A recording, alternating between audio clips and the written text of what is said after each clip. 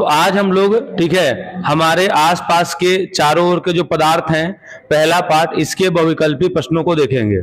ठीक है, तो पहला प्रश्न है कि रसोई घर में हम प्रयोग करते हैं। ठीक है ना। तो देखिए, रसोई घर में आप कौन सा प्रयोग करते हैं?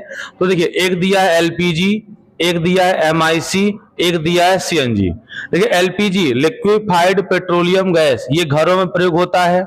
एमआईसी मेथिल आइसोसाइनाइड, ठीक है, इसका प्रयोग युद्ध में किया जाता है, एक जहरीला गैस है। ठीक है ना। और सीएनजी तो कंप्रेस्ड नेचुरल गैस, इसका प्रयोग जो है वाहनों में किया जाता है। ठीक है, तो ये दोनों उत्तर नहीं होंगे क्योंकि ये युद्ध में होगा या हथियार बनाने में होगा, और ये गाड़ियों में होगा, तो दोनों तो होंगे नहीं। इसलिए इसका राइट आंसर क्या होगा? तो रसोई घर में जो है एलपीजी का प्रयोग किया जाता है। अगला प्रश्न, वाहनों में प्रयोग करते हैं, बताए है ना कि वाहनों में कौन सा प्रयोग करते हैं? हाँ, तो सीएनजी कंप्रेस्ड नेचुरल गैस, अंग्रेजी में संपीड़ित प्राकृतिक गैस होता है।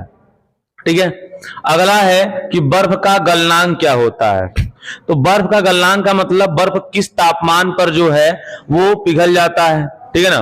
तो देखिए, आप जानते हैं कि 0 डिग्री सेल्सियस पे बर्फ जमता है और 0 पे ही उसका गलनांक होता है ना। तो यहाँ पे 0 डिग्री सेल्सियस का मतलब होता है 273 केल्विन। ठीक है, तो इसका आंसर क्या हो जाएगा? 273 केल्विन। वैसे इसका राइट आंसर तो होता है 273.15, बट यहाँ पे ऑप्शन में 273.15 के नजदीक यही ना है। वैसे ये सेल्सियस है, सेल्सियस में 0 आंसर होता, क्या होता? तो 0 सेल्सियस कहीं नहीं है, इससे 273 केल्विन होगा। कोई दिक्कत? अगला है कि जल का क्वथनांक कितना होता है? क्वथनांक का मतलब उबलने लगे। तो आप लोगों ने पढ़ा है कि पानी जो है 100 डिग्री सेंटीग्रेड पर उबलने लगता है, और 100 को केल्विन में जोड़ने के लिए, केल्विन में बदलने के लिए 273 जोड़ा जाएगा। तो 273 प्लस 100 373 केल्विन होगा। तो जो जल का क्वथनांक होगा वो 373 केल्विन होगा। ठीक है ना। 100 डिग्री सेल्सियस में 273 जोड़ेंगे। आप लोगों ने पढ़ा है कि केल्विन बराबर होता है C अब प्लस का 273। ठीक है, तो C में 273 जोड़ेंगे तो केल्विन में बदल जाता है, ये बता चुके हैं। अगला है कि गर्मियों में घड़े का जल, घड़ा मतलब जो मटका होता है, उसका जल निम्नलिखित प्रक्रमों में किसके कारण ठंडा हो जाता है? तो देखिए, घड़े में यानी जो मटके में पानी रखा जाता है तो ठंडा हो जाता है किसके कारण? वाष्पन के कारण, क्योंकि वाष्पन जो है, वाष्पन की क्रिया शीतलन की क्रिया होती है। ठीक है ना। जिसके फलस्वरूप वो क्या होता है? ठंडा हो जाता है। वाष्प उत्सर्जन पेड़ पौधे करते हैं। क्या करते हैं? वाष्प उत्सर्जन का मतलब यह है कि पानी उड़ जाए, पानी बचे ही ना। तो क्या मटके का पानी उड़ जाता है क्या? नहीं। तो वाष्प उत्सर्जन पौधों में होता है। ठीक है ना, इसलिए यहाँ पे वाष्पन होगा। ठीक है ना। चलिए अब आगे देखा जाए। तो आगे है कि निम्न में कौन द्रव्य नहीं है? कौन द्रव्य? तो आप लोगों ने पढ़ा है कि द्रव्य वे पदार्थ होते हैं जो स्थान घेरते हैं और जिनका द्रव्यमान हो। द्रव्य वे होते हैं जो स्थान घेरते हैं और जिनका क्या हो? द्रव्यमान हो। तो ये कांच आपका द्रव्य होगा, लकड़ी भी द्रव्य होगा, लेकिन प्रकाश द्रव्य नहीं होगा, क्योंकि प्रकाश का न तो कोई भार होता है और न तो ये प्रकाश मतलब आप समझते हैं उजाला। तो ये बताइए, जैसे मान लीजिए कोई कमरा है, उस कमरे में 50 लोग बैठ सकते हैं दिन में, तो रात में 60 लोग बैठेंगे क्या? क्यों? दिन में तो प्रकाश है, तो प्रकाश जगह नहीं लेगा? नहीं, प्रकाश जगह नहीं लेता। बात समझा? तो प्रकाश मतलब लाइट। क्या लाइट स्थान घेरता है? नहीं। तो लाइट स्थान घेरता नहीं है, लाइट का कुछ वजन भी नहीं होता है, इसलिए जो लाइट यानी प्रकाश है वो द्रव्य नहीं है। द्रव्य माने पदार्थी होता है, मैटर ना। अगला, अनिश्चित आकार वाले पदार्थ कहलाते हैं। अब अनिश्चित आकार किसका होता है? द्रव का भी होता है, गैस का भी होता है ना। तो द्रव गैस दोनों होगा। कुछ बच्चे यहाँ पे मार देंगे द्रव, कुछ मार देंगे गैस, तो गैस तो सही है। कुछ बच्चे मार देंगे द्रव, ये भी सही है। बट जब दोनों ऑप्शन दिया है, द्रव तथा गैस, तो ये ऑप्शन सही होगा, क्योंकि द्रव तथा गैस दोनों के आकार अनिश्चित होते हैं ना। हाँ, ध्यान दीजिएगा। अगला प्रश्न है, ठीक है, कि निम्नलिखित में से किसकी आकृति और आयतन दोनों निश्चित होते हैं? बताइए। अब आकृति एवं आकार दोनों अनिश्चित होते हैं, तो अनिश्चित आप जानते हैं गैस का ही होता है, गैस का ही आकार आयतन अनिश्चित होता है। अब गैस में यहां ऑप्शन कौन है, तो इसका सही उत्तर क्या होगा? समझ में आ रहा है? चलिए आगे देखते हैं। आगे कह रहा है द्रव्य की कौन सी अवस्था सदैव विद्युत की सुचालक होती है? आपको हम बता चुके हैं, प्लाज्मा। आपके घर में बल्ब लगा पहले लगता था CFL, कंपैक्ट फ्लोरोसेंस लैंप होता है जिसको CFL बोलते हैं। तो CFL में पारा, कौन? पारा माने मरकरी।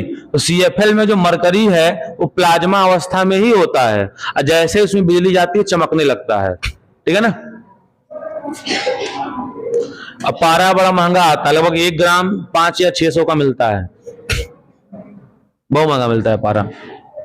अगला है पदार्थ के अणुओं के मध्य की दूरी होती है।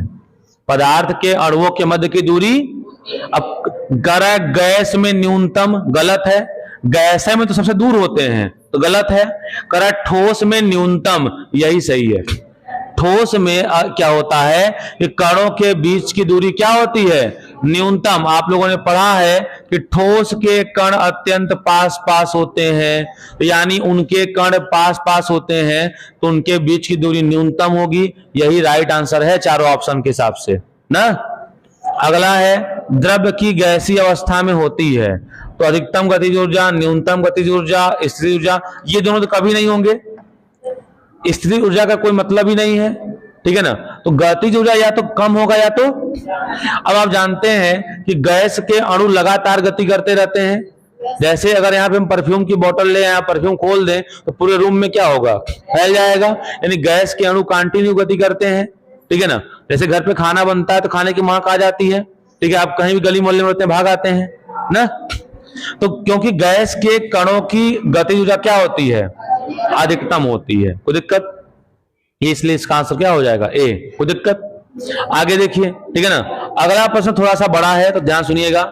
कौन सा कथन सत्य है? तो ठोस में अंतरा आणविक अवकाश द्रव्य एवं गैस की अपेक्षा अधिक होता है, गलत है।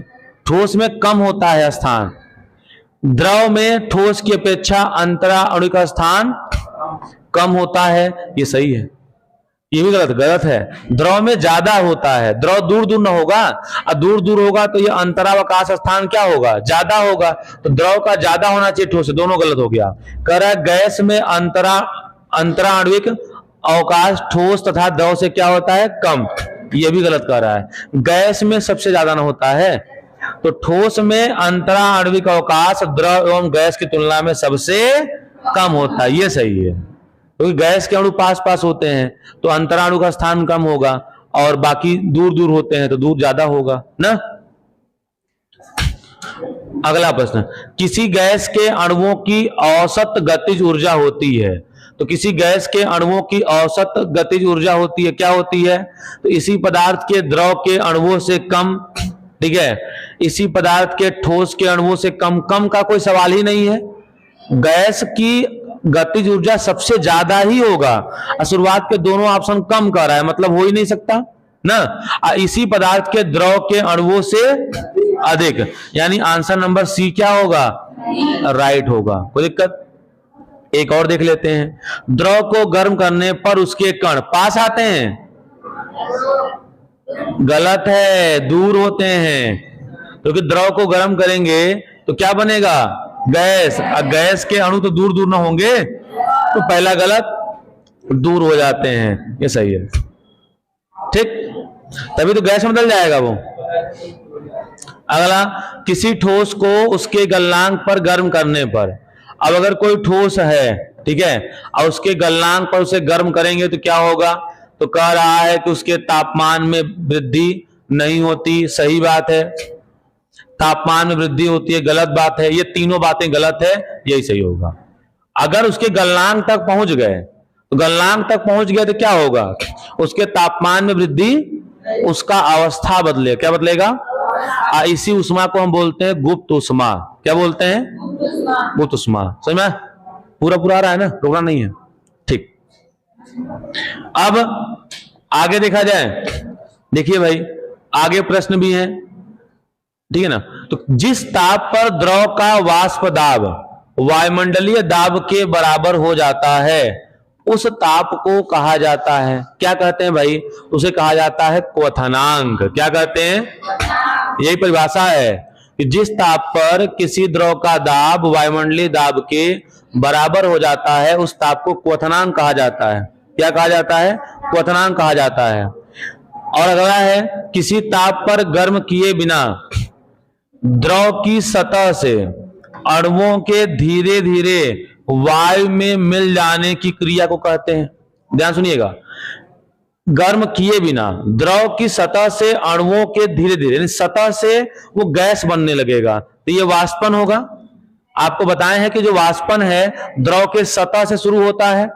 अब वाष्पन का मतलब अगर आप एक गिलास पानी रख दीजिए धूप में तो कुछ देर बाद या शाम को वो कम हो जाएगा। तो कम कैसे हो गया, वो धीरे धीरे किसमें बदल गया, वायु में। तो इसको बोलते हैं वाष्पन।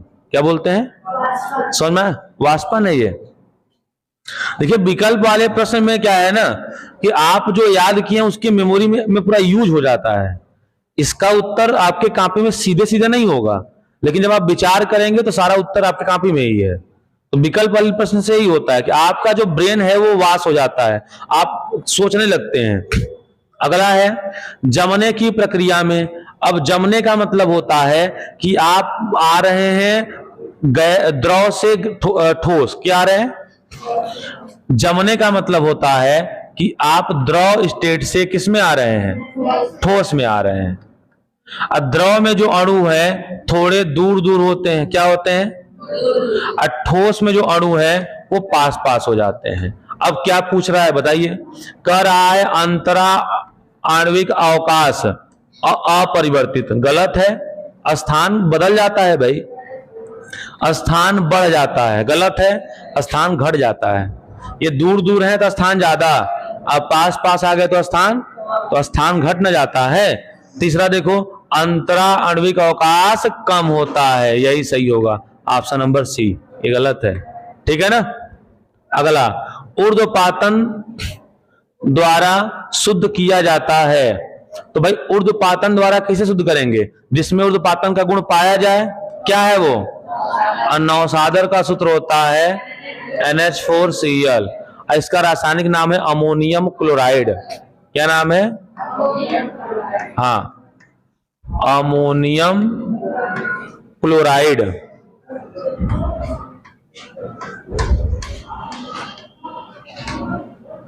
ठीक। अगला, जब पानी में नमक मिलाते हैं तो इसके क्वथनांक पर क्या प्रभाव पड़ता है। देखिए अगर कोई भी अशुद्ध चीज मिलाते हैं तो सामान्यतः क्वथनांक क्या होता है, बढ़ जाता है। और वैसे भी पानी का क्वथनांक 100 होगा और नमक ठोस है तो क्वथनांक क्या होगा, ज्यादा होगा। और एक कम क्वथनांक और एक ज्यादा क्वथनांक को मिलाएंगे तो क्वथनांक कम वाले से ज्यादा ही ना होगा। तो पानी 100 से कुछ देर में ही उबलेगा। इसीलिए लोग अंडा अगर उबालते हैं तो कुछ नमक डाल देते हैं ना, या दाल पकाते हैं तो नमक डाल देते हैं। क्यों, दाल में अगर नमक डाल देंगे, पानी डाल देंगे तो पानी कुछ गाढ़ा हो जाएगा। और जो पानी 100 डिग्री सेल्सियस पे उबल रहा था अब वो पानी 100 पे नहीं उबलेगा, 110 115 पे उबलेगा। तो 115 डिग्री पे उबलेगा तो खाना जल्दी पक जाएगा, ठीक है। तो नमक कहीं ना कहीं डाल देते हैं आप पानी में तो क्वथनांक बढ़ जाता है। क्या होता है, हाँ। आगे है, जल को 0 डिग्री से 100 डिग्री सेंटीग्रेड तक गर्म करने पर जल का आयतन। देखिए जल का जो आयतन है वो 4 डिग्री सेंटीग्रेड पर न्यूनतम होता है। क्या होता है, तो आपको जाना है 0 से कहां तक, 100 तक, तो बीच में 4 आएगा। तो 4 तक क्या होगा, ध्यान दीजिएगा, 0 पर जो है थोड़ा सा वो कम होता है।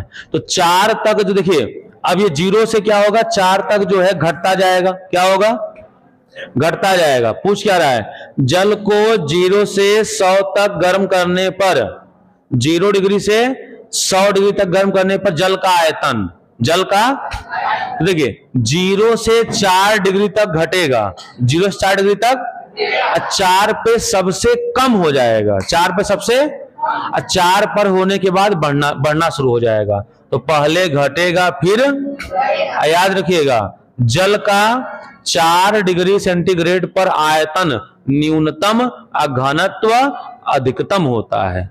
आयतन सबसे कम होगा 4 डिग्री पर और घनत्व तो सबसे ज्यादा होता है ना। अगला संघनन है, तो संघनन का मतलब होता है कि वाष्प को द्रव में बदलना। वाष्प को द्रव में, तो यही तो है वाष्प का द्रव में परिवर्तन ना। और देख लीजिए निम्नलिखित में ऊर्ध्वपातज पदार्थ नहीं है। तो अमोनियम क्लोराइड है, सोडियम क्लोराइड का पता नहीं, लेकिन कपूर भी है, नेफ्थलीन भी है, तो बच कौन गया?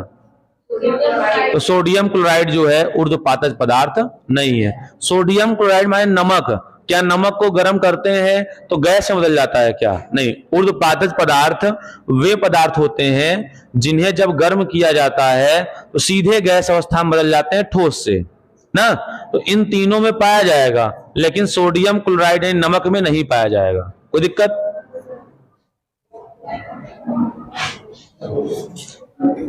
अगला ध्यान दीजिए, वाहनों में ईंधन के रूप में प्रयोग की जाने वाली संपीड़ित प्राकृतिक गैस सीएनजी का पूर्ण रूप है। तो बता चुके हैं compressed natural gas. Option number B सही होगा। कोई दिक्कत?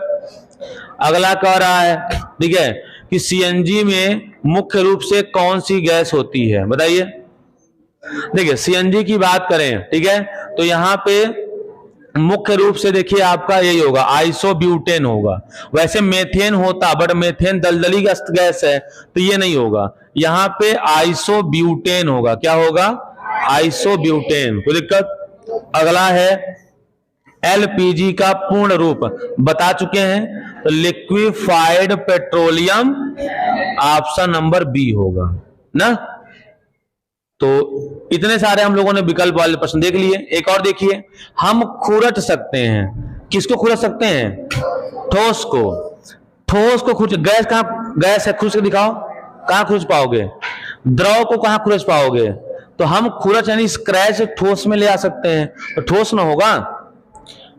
हम बहुत अधिक संपीड़ित कर सकते हैं तो गैस को, तो गैस को सबसे अधिक दबाया जा सकता है। गैस के बाद नंबर आता है द्रव का, और द्रव के बाद नंबर आता है, तो सबसे अधिक द्रव को, गैस को, फिर द्रव को, फिर ठोस को। इसका आंसर होगा गैस, ऑप्शन नंबर सी। आ रहा है समझ में आप लोग को? अब देखिए इधर कह रहा है खाली स्थान का आयतन निश्चित होता है और आकार नहीं। तो किसका आयतन निश्चित होता है? द्रव का। तो इसका राइट आंसर क्या होगा? द्रव का आयतन निश्चित और आकार नहीं होता है। अच्छा, बर्फ का गलनांक 0 डिग्री सेल्सियस लिया गया किसमें? सेल्सियस में। केल्विन में तो 273 हो जाएगा ना, तो 0 डिग्री सेल्सियस में लिया गया है। अच्छा, आकार और आयतन निश्चित नहीं होता। किसका नहीं होता? गैस का नहीं होता। कोई दिक्कत? कणों के बीच सबसे कम आकर्षण बल होता है। तो सबसे कम आकर्षण बल किसमें होता है? गैस में होता है। सबसे कम आकर्षण बल गैस में होता है, और सबसे ज्यादा आकर्षण बल ठोस में। इसलिए तो ठोस मजबूत होता है, तो गैस में सबसे कम होगा। गैस में क्या होगा? सबसे कम। अगला है कि किसी ठोस को सीधे ही गैसीय अवस्था में बदलना कहलाता है ऊर्ध्वपातन। एग्जाम्पल में कपूर, नेफ्थेलीन, आयोडीन, अमोनियम क्लोराइड, शुष्क बर्फ। ऊर्ध्वपातज पदार्थ है, तो ऊर्ध्वपातज पदार्थ है, अमोनियम क्लोराइड भी है और नेफ्थेलीन भी है। तो ऑप्शन नंबर ए और बी दोनों होगा। तो समझ में आया? ठीक है, तो इतने सारे प्रश्न हम लोगों ने पढ़ लिया। देखिए अगला प्रश्न जो है, कह रहा है किसी गैस को द्रवित करने के लिए चाहिए। गैस को आपको द्रव में बदलना है। किसमें? दो तरीके हैं। देखिए गैस के कण दूर दूर होते हैं, और जब उन्हें पास पास ले आ देंगे तो द्रव में बदल जाएगा। तो या तो गैस को दबा दीजिए, या तो गैस को ठंडा कर दीजिए। गैस को दबाएंगे तब भी द्रव में बदलेगा। आप लोग घर पे एलपीजी सिलेंडर देखे हैं? कभी हिलाइए तो हिलता है ना, मतलब अंदर लिक्विड है, भरते गैस है, अंदर लिक्विड कैसे हो गया? हाई दाब के कारण, प्रेशर के कारण। तो एक तो दबाकर और एक तो ठंडा करके, दो तरीके हैं। दिया है क्या? तो दबाना मतलब दाब, दाब तो हर जगह दिया है। तो उच्च दाब और निम्न ताप। निम्न ताप का मतलब ठंडा करना, निम्न ताप का मतलब, तो निम्न ताप यानी ठंडा करके, और उच्च दाब यानी दबाकर हम किसी भी गैस को द्रव में, मतलब किसी भी गैस को द्रव में बदल सकते हैं। समझ में आ गया? तो याद रखिएगा, निम्न ताप का मतलब क्या होता है? ठंडा। अरे कम तापमान मतलब ठंडा, और उच्च दाब मतलब ज्यादा दबाइए। ठीक है ना? चलिए अगला, वाष्पीकरण वह प्रक्रम है जिसमें जल वाष्प में बदलता है। वाष्प में तो कह रहा है 100 डिग्री सेल्सियस पर, तो भाई 100 डिग्री सेल्सियस तो क्वथनांक होता है। अपने क्वथनांक पर, अपने क्वथनांक से कम ताप पर और कमरे के ताप पर। देखिए, तो वाष्प जो है कमरे के ताप पर भी होता है, यह भी बात सही है। ठीक है ना? अपने क्वथनांक से कम ताप पर, यह भी बात सही है। बट यहां पर ज्यादा बेस्ट ऑप्शन होगा रूम टेम्परेचर पर। किस टेम्परेचर पे? ये प्रश्न जो कहने की बात कर रहा है, तो याद रखिएगा, ठीक है ना, कि वाष्पीकरण रूम के तापमान पर भी हो जाता है। अरे भाई, कमरे में आप कपड़ा टांग दीजिए, कुछ देर बाद कपड़ा सूख नहीं जाता है? तो कमरे के तापमान पर ही सूख गया, सूखेगा नहीं सूखेगा? ठंडी में समय ज्यादा लगेगा और गर्मी में समय कम लगेगा, लेकिन सूख तो जाएगा ना। तो कमरे के ताप पे वाष्पन होगा, यही आपका सही उत्तर होगा। ठीक है ना? वाष्पन में गर्म नहीं करना होता, ये अपने आप होता है ना। चलिए नेक्स्ट देखा जाए, अगर कह रहा है शुष्क बर्फ है, तो शुष्क बर्फ को हम लोग ड्राई आइस बोलते हैं। क्या बोलते हैं? Dry ice. आप लोग कभी अगर सीरियल देखिए, ठीक है ना, धारावाहिक में देखते हैं, जब देवताओं का सीन आता है तो धुआं धुआं निकलता है ना, वो शुष्क बर्फ ही होता है। शुष्क बर्फ को पूरा फैला देते हैं, तो नीचे से वो जब पिघलता है तो पिघल के धुआं बन जाता है, और धुआं बन जाता है तो वही कहते हैं कि वो स्वर्ग में आ गए, बादल है ना, तो धुआं होता है। ठीक है? कभी कभी आप लोग वो देखे होंगे, WWE देखे हैं क्या? हाँ, WWE का फुल फॉर्म कौन जाता है? World wrestling entertainment. World wrestling entertainment. ठीक है? तो इसमें आप देखते होंगे जब भी कोई फाइटर आता है खूब धुआं निकलता है, वही होता है ड्राई आइस। ड्राई आइस की मशीन होती है, वो पूरे आइस को धुआं बना के फेंकता है वही, और उसमें रंग डाल देंगे तो रंग बिरंगा होता है ना। चलो, तो शुष्क बर्फ है कौन है? तो ठोस कार्बन यानी कार्बन डाइऑक्साइड, CO2 को आप ठंडा कर देंगे ना, तो यही बन जाएगा। कोई समस्या? अगला प्रश्न है कि कणों के मध्य कम स्थान होता है। कणों के मध्य कम स्थान, तो गैसों में सबसे कम स्थान होता है, गैस में। पदार्थ के कणों के मध्य स्थान होता है, आकर्षण बल होता है, गतिज ऊर्जा होती है, उपयुक्त सभी। तो सही बात है, इसका आंसर क्या हो जाएगा? उपयुक्त। लिखवाए हैं ये तीनों गुण कणों के भीतर होती है ना। स्थान भी घेरते हैं, आकर्षण बल भी होता है, और गतिज ऊर्जा भी होती है। पदार्थ के कणों के भीतर ये तीनों क्वालिटी होता है, तो तीनों क्वालिटी होता है, इसलिए ऑप्शन क्या होगा? उपयुक्त सभी। लिखवाया नहीं पहली पॉइंट। अगला, निम्न में पदार्थ नहीं है, तो हवा पदार्थ है, सर्दी, गंध और शीतल पेय। अब देखो यहाँ पे गंध नहीं होगा, गंधक होगा। गंधक माने सल्फर, गंधक माने, तो यहाँ पे सर्दी होगा। सर्दी का कहां स्थान घेरता है? सर्दी स्थान घेरेगा क्या? सर्दी आपको लगती है ना, तो सर्दी होगा यहाँ पे। तरल कहलाते हैं, तो तरल माने जो बहे, तरल माने जो, तो कहते हैं हवा अच्छी बह रही है, यानी गैस बह सकता है। अब पानी तो बहता ही है, तो क्या होगा? द्रव और गैस। कहते नहीं हवा आज अच्छा बह रहा है, तो हवा तरल है, अब पानी तो बहता ही है, तो जिसमें बहने का गुण पाया जाए उसे हम तरल कहते हैं ना। तो द्रव और गैस आपका यहाँ पे बेस्ट ऑप्शन होगा। देखिए, विकल्प वाले प्रश्न में आपको थोड़ा दिमाग लगाना पड़ेगा, ठीक है ना। अगला, जल वाष्प में भंडारित उष्मा है, तो अभी भी बताए हैं आपको गुप्त उष्मा। कौन सी उष्मा? हाँ, अगर कोई भी वाष्प है तो उसमें कौन सी उष्मा होती है? इसीलिए उबलते हुए पानी को छुएंगे तो कम जलेंगे, अब पानी के भाप से ज्यादा जल जाते हैं। कभी कढ़ाई पे अगर थाली रखा हो और थाली को उठाइए तो थाली का भाप हाथ पे लग गया, जल जाते हैं, क्योंकि भाप की गुप्त उष्मा ज्यादा होती है। ठीक है।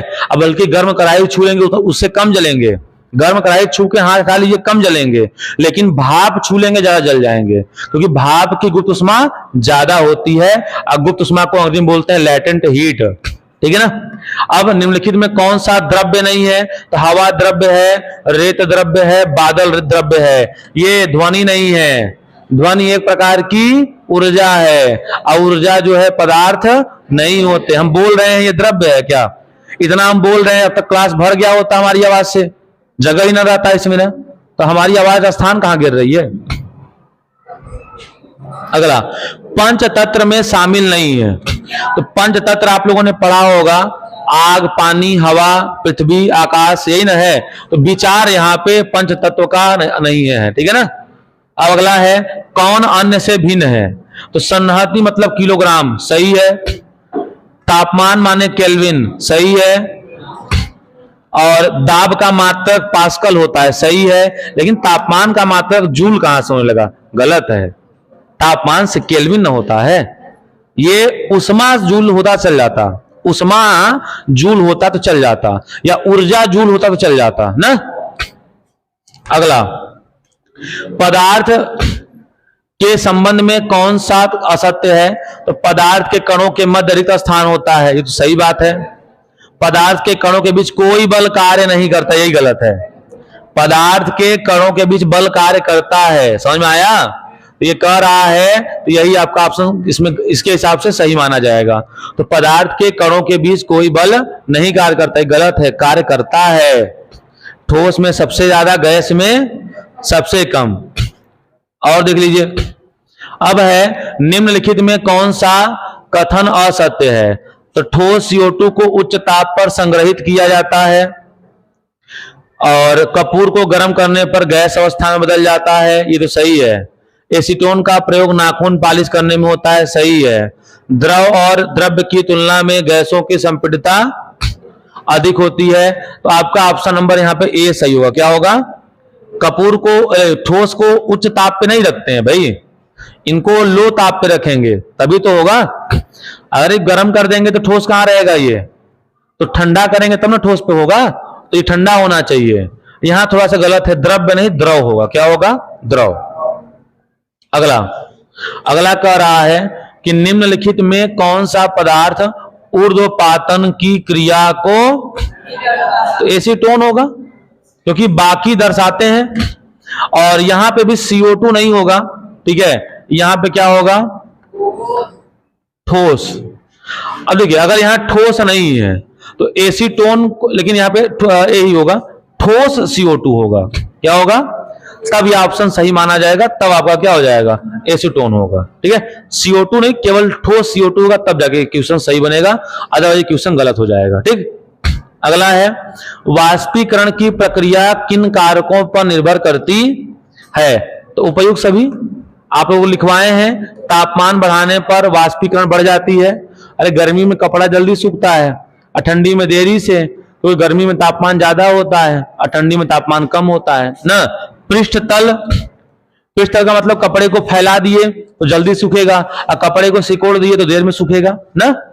तो मतलब पृष्ठीय क्षेत्रफल ज्यादा होगा तो वाष्पन तेजी से होगा, अब पृष्ठीय क्षेत्रफल कम होगा तो वाष्पन धीरे से होगा, सही बात है। और सही है। आर्द्रता यानी नमी, तो ये भी सही है, बस यानी तीनों सही है, तो ऑप्शन क्या हो जाएगा, उपयुक्त सभी। अगला, पानी से भरे मिट्टी के घड़े की बाहरी सतह पर जल के अणुओं का प्रकट होना किसका परिणाम है, वाष्पीकरण। अभी आया था क्वेश्चन, ये वाष्पीकरण होगा। अगला ध्यान दीजिएगा, फारेनहाइट और सेल्सियस में, तो इसको फार्मूला बताएं आपका, F-32/9, F-32/9 बराबर C/5, तो ये ऑप्शन सही होगा।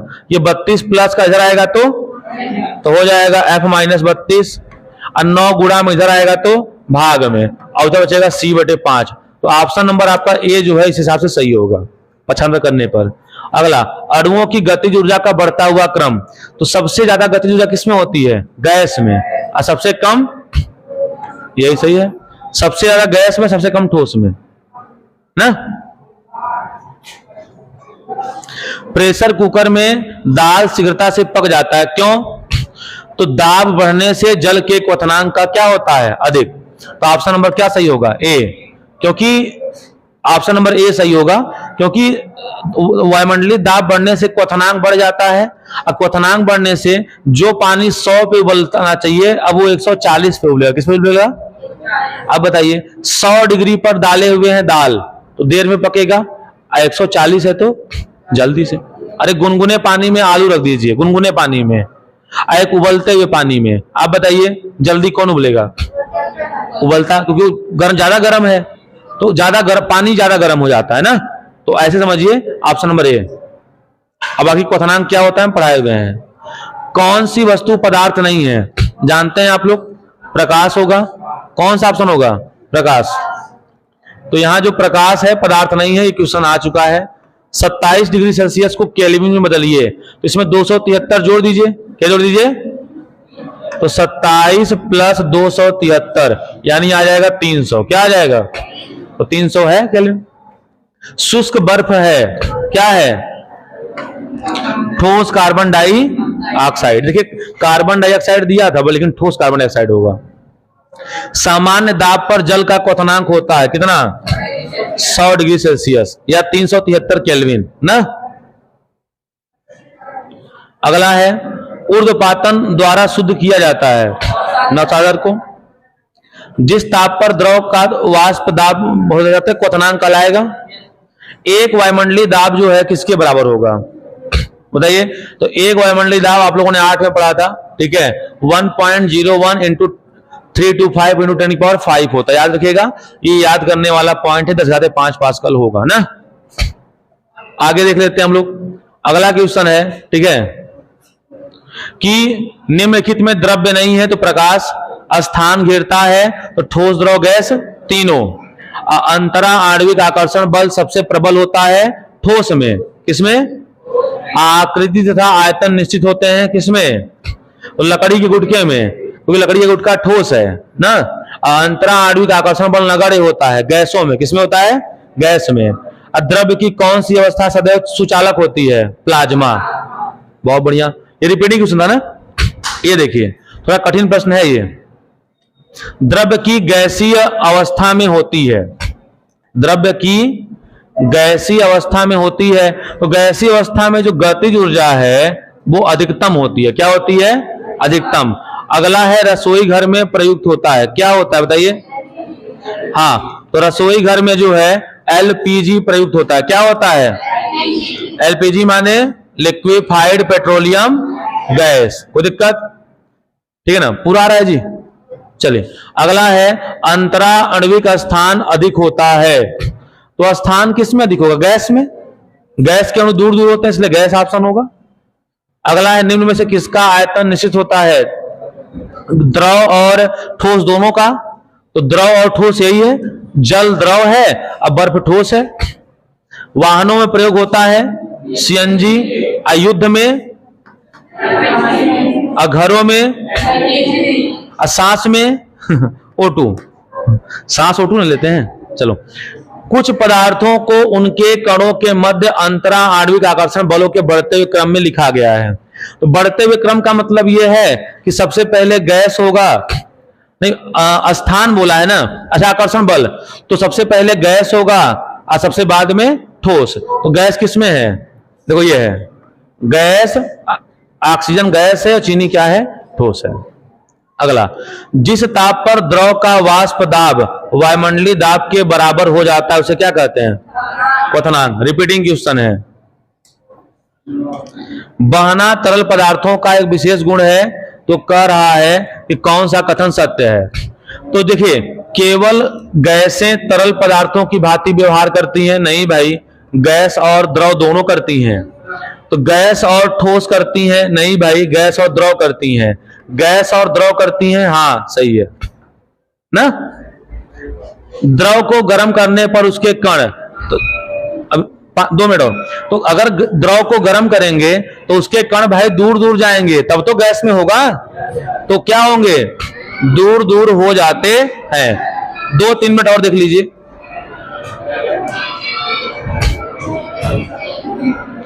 अब देखिए, तो शुष्क बर्फ किसे कहा जाता है? ठोस कार्बन डाइऑक्साइड को। ठीक है, अब देखिए ये जो अंतिम के एक प्रश्न, ये दूसरा, तीसरा, चौथा, और इन प्रश्नों का जो उत्तर है आपको कमेंट बॉक्स में देना है। ठीक है ना, और इस वीडियो को पूरा देखिएगा आप लोग। ठीक है, और ताकि इसको रिवीजन कर लीजिएगा अच्छे से। धन्यवाद।